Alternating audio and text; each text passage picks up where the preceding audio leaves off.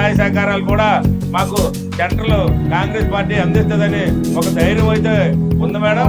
అలాగే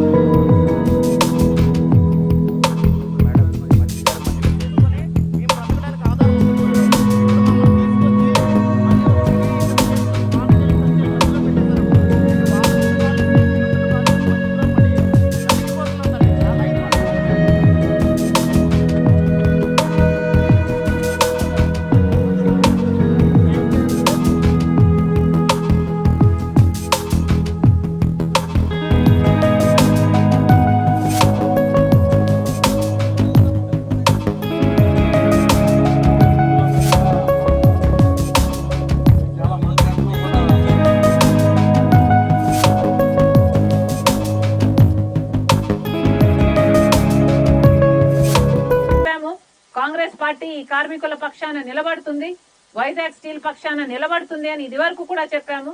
మళ్ళీ చెప్తున్నాము, వైజాగ్ స్టీల్ ప్రైవేటైజ్ కావడానికి కాంగ్రెస్ పార్టీ ఒప్పుకోదు. మా ప్రాణాలు పెట్టైనా సరే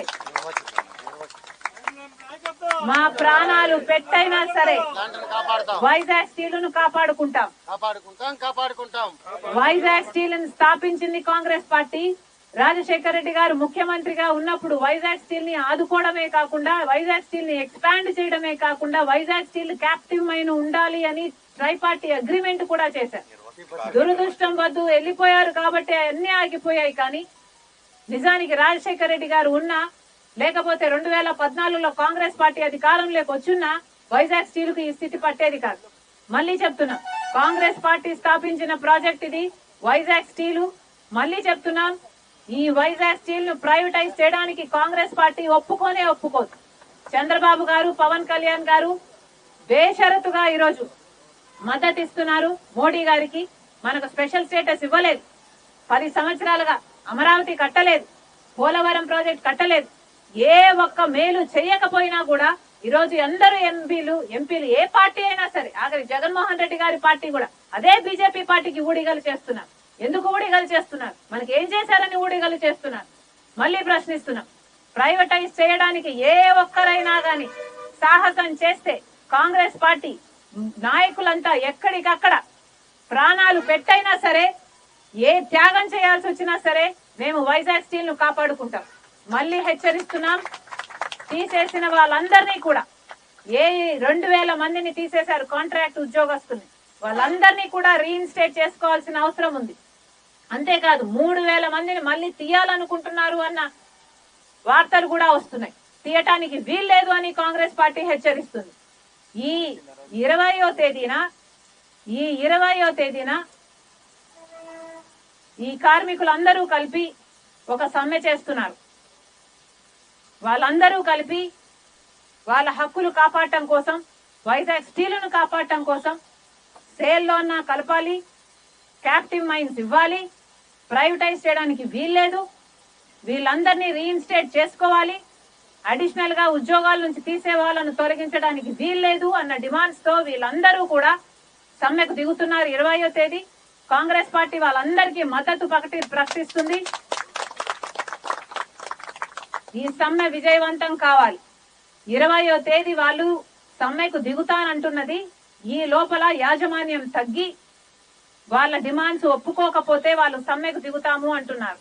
మేము కూడా హెచ్చరిస్తున్నాం, వాళ్ళ డిమాండ్స్ ఒప్పుకోకపోతే, వాళ్ళు 20వ తేదీన డేట్ ఇచ్చారు, 22,000 మందిని రీఇన్స్టేట్ చేసుకోకపోతే, వాళ్ళకు కావాల్సిన అష్యూరెన్స్ మీరు ఇవ్వకపోతే 21వ తేదీన రాజశేఖర్ రెడ్డి బిడ్డ వచ్చి ఇక్కడే నిరాహార దీక్ష చేస్తుంది.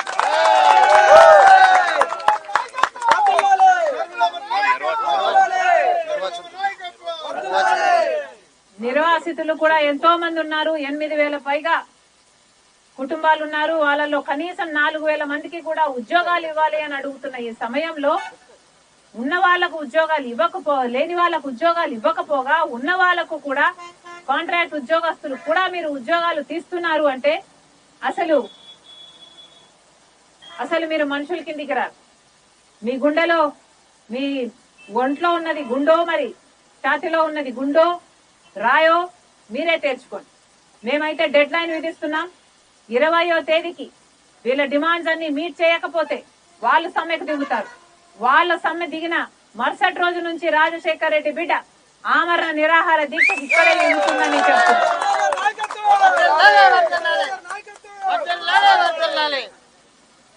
శర్మిల గారి నాయకత్వం, కరుణారెడ్డి గారి నాయకత్వం, కరుణారెడ్డి గారి నాయకత్వం, కాంగ్రెస్ పార్టీ